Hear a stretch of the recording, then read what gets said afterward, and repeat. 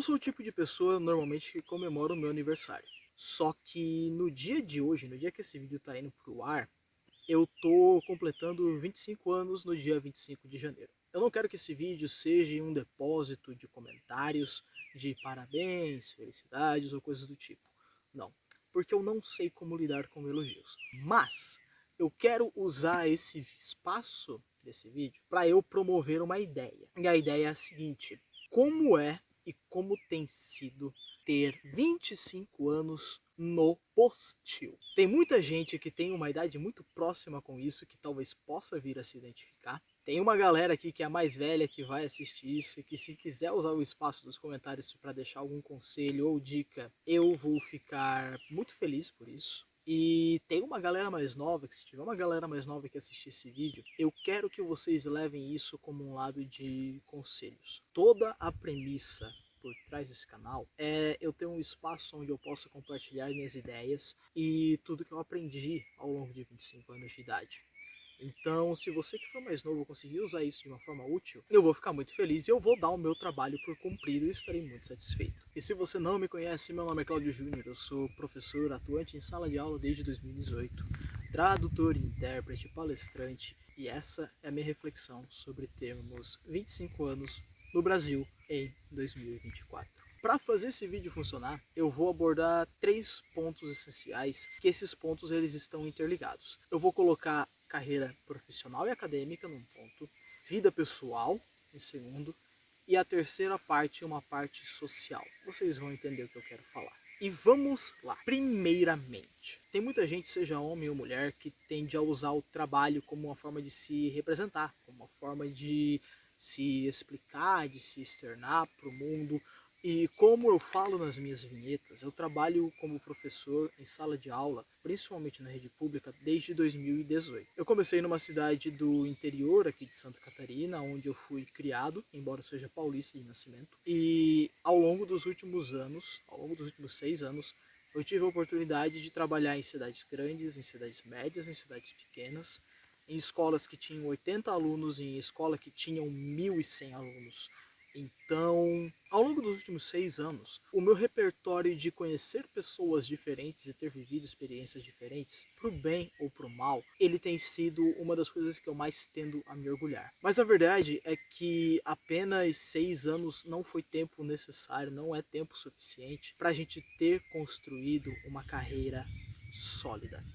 Eu comecei minha faculdade aos 19 anos, mas eu terminei o terceirão no colégio Elza Faca Martins Bonilha, em Campo Limpo Paulista, lá no distante ano de 2015. Eu ainda era jovem, eu ainda tinha cabelo, sem pretensão nenhuma de desenvolver uma barba porpentosa que nem eu tenho hoje em dia, mas eu comecei a minha vida profissional com empregos informais na roça desde os 13 anos de idade. Hoje em dia, aos 25, eu tenho comigo a visão de que o trabalho não mata e que, se você sente a necessidade de começar a trabalhar, seja para complementar a renda da família, seja para conseguir, que nem foi no meu começo, comprar um caderno de desenho de capa dura sem ter que pedir dinheiro pro pai, para você comprar uma camiseta que você goste sem ficar mendigando mesada ou dependendo de pensão ou coisa do tipo, cara, você tem todo o meu apoio. Porque eu sei o quanto essas pequenas conquistas fazem a gente se sentir completo. O homem, falando do gênero masculino por essência, ele é um cara que ele move, que ele segue se ele tem objetivo. Então, se você pegar para ele e falar, mova esse peso daquele lado para esse, um homem ele vai fazer isso, ele vai se sentir bem e ele vai pedir para mais. E eu vejo, principalmente com os meus alunos, que isso tem se perdido, porque a rede social que te dá um videozinho de 20 a 30 segundos, ela te quer preso ali. E como eu já disse em outro vídeo, enquanto um cara chora, o outro tá vendendo lenço. Se você tá tendo o seu tempo sugado por uma rede social dessa, muito provavelmente tem alguém vendendo algum anúncio, te vendendo algum produto e lucrando e ganhando as suas custas. No campo de vida pessoal, eu acho que a parte que mais se destaca nesses meus 25 anos é a quantidade de corações partidos e a trilha de gente que eu magoei e decepcionei ao longo da jornada.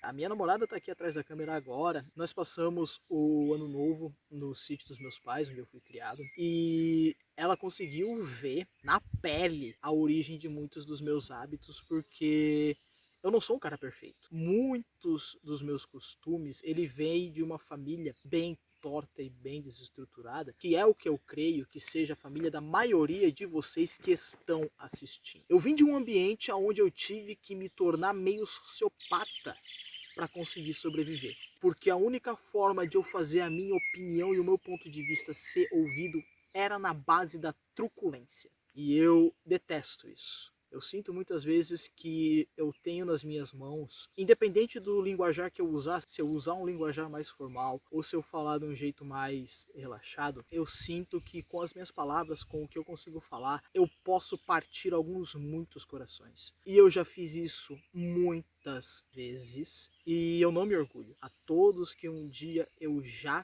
fiz chorar, a todos que um dia eu já decepcionei criando uma expectativa e não conseguindo cumprir, eu peço as minhas desculpas e eu digo que eu tenho vivido pessoalmente há muitos anos em uma espécie de exílio, aonde sou eu e o meu carro contra o mundo. E eu vejo mais ainda o quanto que é difícil a gente ser aceito às vezes, porque a gente não sabe lidar com certas situações. As pessoas, elas te olham, elas te julgam, ela te aponta o quanto que você é certo para uma coisa, o quanto que você é errado para isso, mas ninguém tenta entender o como você veio àquela situação.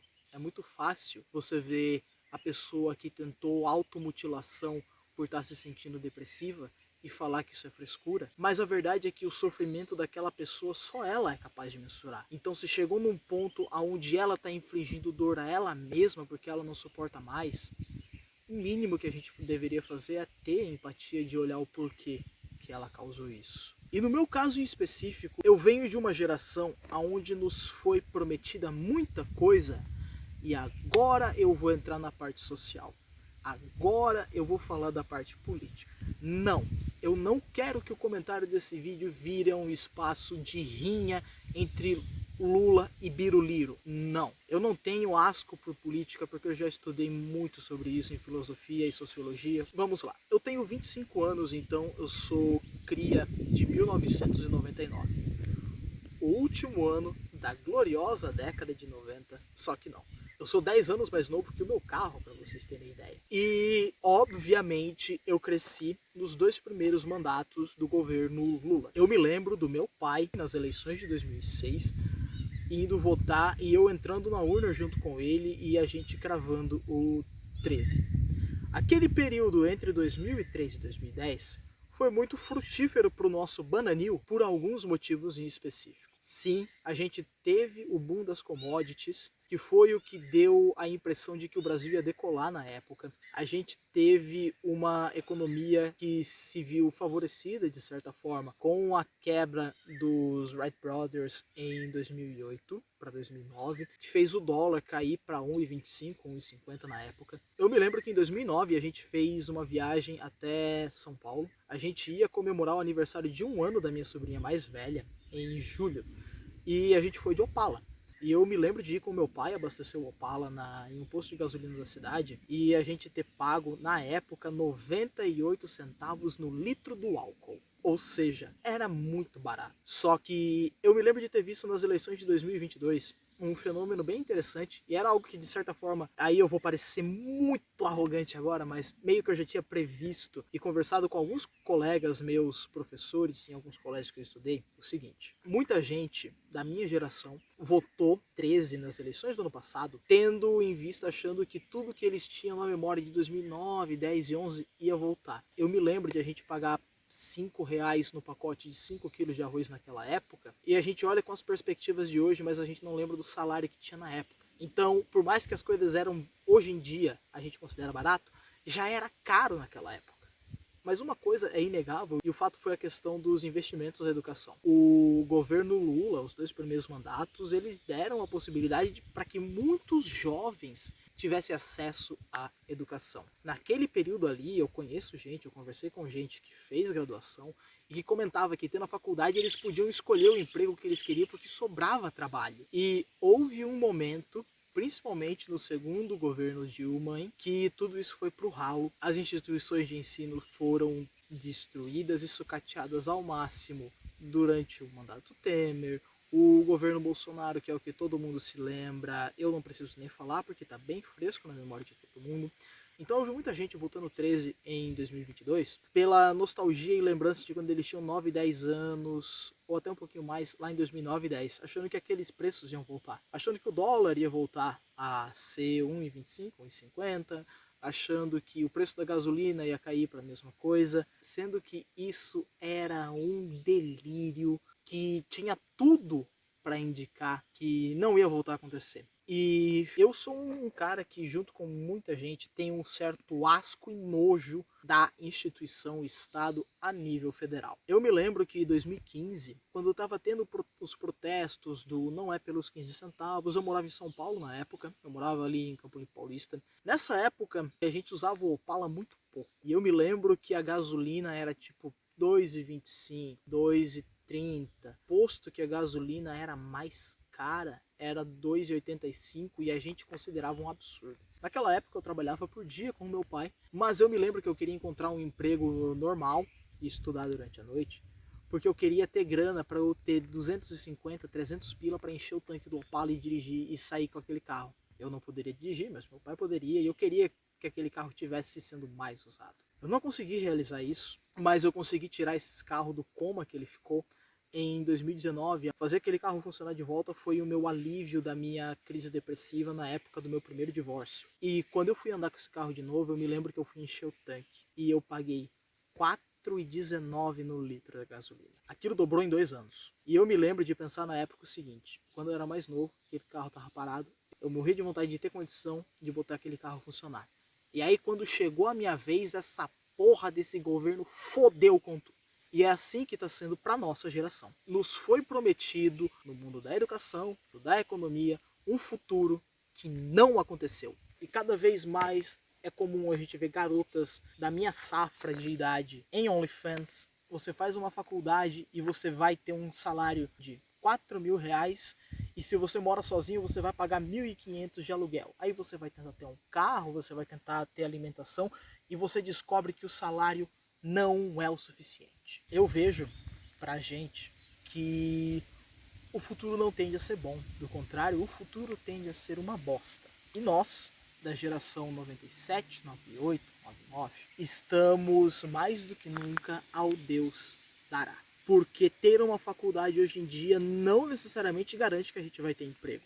E eu já vi muita gente com graduação e com estudo muito bom que, se tivesse tido o direcionamento estatal certo, poderia estar num emprego ganhando 8, 10, 12 mil reais e tá ganhando talvez um sexto desse valor. Pra gente, eu só tenho a dizer boa sorte. Tem uma galera mais velha que vai ver isso e vai falar dos anos 80 e dos anos 90, milagre econômico, inflação galopante.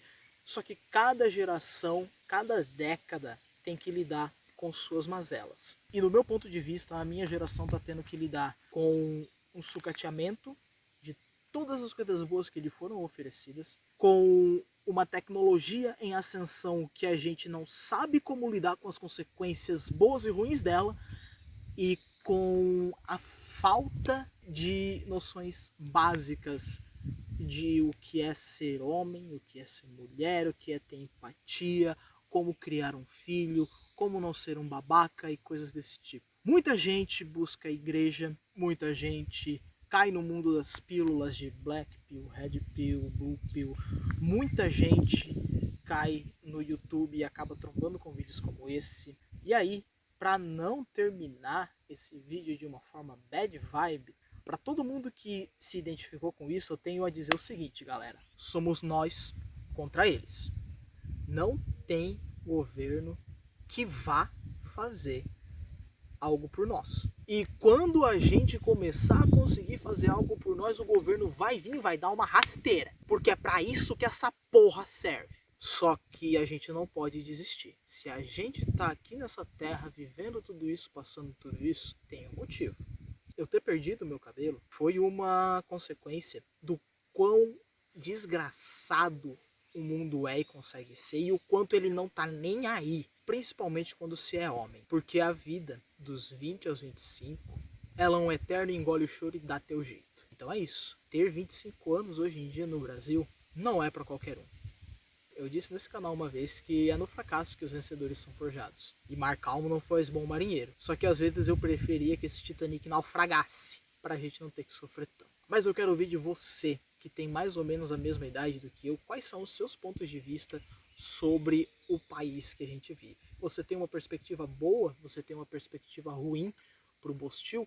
A caixa de comentários está aberta aqui embaixo. Eu te convido também a se inscrever no canal, apertar o botão do like, isso ajuda muito o YouTube a espalhar esse tipo de conteúdo para várias outras pessoas. Se você quiser, você também pode, claro, se você quiser e puder, fazer uma doação na chave Pix que está aparecendo até aqui embaixo. Se você não faria isso em condições normais, faça porque é meu aniversário, por favor, e esse seria o melhor presente que eu poderia ganhar da minha audiência.